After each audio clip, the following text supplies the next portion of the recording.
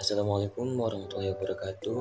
Perkenalkan, nama saya Rizky dengan NIM 01 2020 117, Prodi Akuntansi Institut Teknologi dan Bisnis Banten. Baik, teman-teman semua, di sini saya akan menjelaskan tentang akuntansi syariah, khususnya tentang wakaf. Sebelum ke pembahasan selanjutnya, jadi saya ingin sedikit memberitahukan atau memaparkan pengertian wakaf menurut mazhab Hanafi ya teman-teman. Jadi wakaf adalah menahan suatu benda yang menurut hukum tetap milik si wakif atau pewakaf dan mempergunakan manfaatnya untuk kebijakan. Nah, jadi dari pengertian tersebut tadi yang saya jelaskan bahwasanya hak kepemilikan tetap pada pewakaf, maka atas harta yang diwakafkan dapat ditarik kembali, dijual dan jika si pewakaf wafat, maka harta itu menjadi harta warisan bagi ahli warisnya. Sehingga yang timbul dari wakaf adalah sebatas menyumbangkan manfaat suatu benda kepada suatu pihak untuk kebijakan sosial, baik sekarang maupun yang akan datang, teman-teman. Jadi pengertian selanjutnya adalah tentang wakaf menurut mazhab Maliki.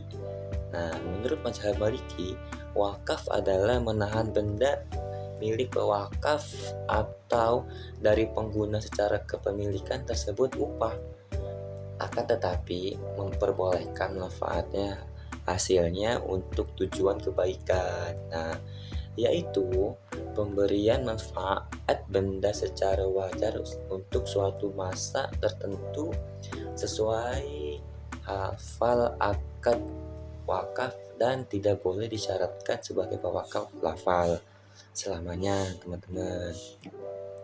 Selanjutnya, wakaf menurut mazhab Syafi'i dan Ahmad bin Hambal, wakaf adalah menahan harta pewakaf untuk bisa dimanfaatkan di segala bidang kemaslahatan dan tetap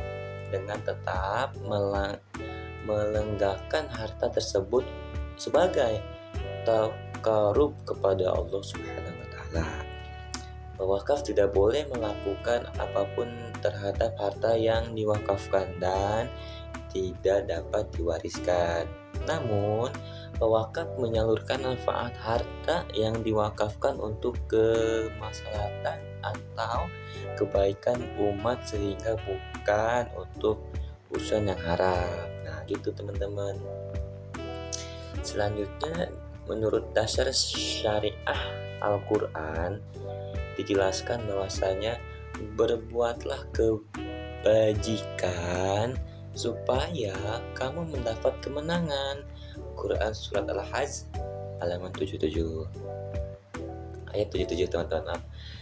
Kamu sekali-kali tidak sampai kepada kebajikan atau yang sempurna sebelum kamu memanfaatkan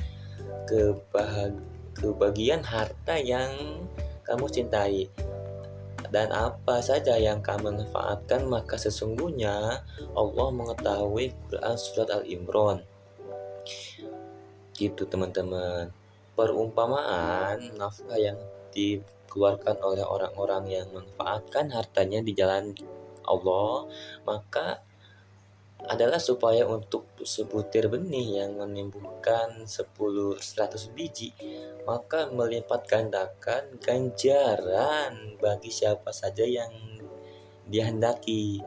Dan Allah maha luas, teman-teman, karunia-Nya lagi maha mengetahuinya. Quran surat Al-Baqarah ayat 261. Dan selanjutnya, dasar syariah menurut as-sunnah. Apa itu as-sunnah? Jadi dari Abu Humairah radhiyallahu anhu, sesungguhnya Rasulullah SAW bersabda, apabila anak Adam atau manusia meninggal dunia, maka keputusan amalnya kecuali 3 perkara, yaitu shadaqah jariyah, ilmu yang bermanfaat, dan anak soleh yang mendoakan orang tuanya. Dalam riwayat Muslim, hadis riwayat Muslim. Prosedur prosedur adapun prosedur dan cara wakaf tanah yaitu yang pertama nih teman-teman yang harus ketahui, calon wakif datang ke KUA terdekat dengan membawa kelengkapan berupa identitas diri, maksudnya dari dokumen dari dokumen sah atas tanah yang dimiliki. Yang kedua, wakif mengucapkan ikhtar wakaf kepada nazkir atau pengelola harta wakaf dengan saksi kepala KUA dan penerima manfaatnya. Yang ketiga, kepala KUA membuat ikhtar wakaf dan surat pengasahan. Yang keempat, salinan akte ikhtar yang diberikan wakif dan nazir. Yang kelima teman-teman, nazir melakukan pendaftaran atas tanah wakaf ke Badan Pertahanan Nasional atau BPN. Dan rukun dan ketentuan syariah tentang wakaf yaitu yang pertama ada wakif, terdiri atas orang yang mewakafkan harta atau wakaf atau pewakaf namun ada pihak yang memiliki peran walaupun di luar rukun wakaf, yaitu pihak yang diberikan wakaf atau diamanahkan untuk mengelola wakaf tersebut, nazir. Yang kedua, mauquf bi barang harta yang dimanfaatkan. Yang ketiga, mauquf alihi memperuntukkan wakaf. Yang keempat, silihat pernyataan atau ikhtiar sebagai suatu kehendak mewakafkan sebagai harta benda yang termasuk benda menetap jangka waktu yang diperlukan. Nah, ada nih satu lesson yang penting nih kepada teman-teman. Keistimewaan wakaf. Wakaf tercatat sebagai salah satu amalan ibadah yang istimewa, berbeda dengan ibadah lain seperti salat, puasa, haji, umroh, dan zakat. Pahala wakaf ini tidak terbatas waktu. Artinya gini, pahala yang akan terus mengalir selama wakaf tersebut digunakan dan dimanfaatkan bagi orang lain dengan kebaikannya. Contohnya nih, ketika saya mewakafkan harta, terus harta itu berupa tanah dan ada sebuah bangunan rumah. Terus saya mewakafkan ke desa, dan desa dipengelola sebagai posyandu. Nah, di situ jadi posyandu ini mengalir terus kebaikan kepada kita gitu, teman-teman. Mungkin cukup sekian dari saya, kurang lebih mohon maaf bila ada kata-kata yang kurang berkenan karena saya masih tahap belajar. Wassalamualaikum warahmatullahi wabarakatuh. Dadah.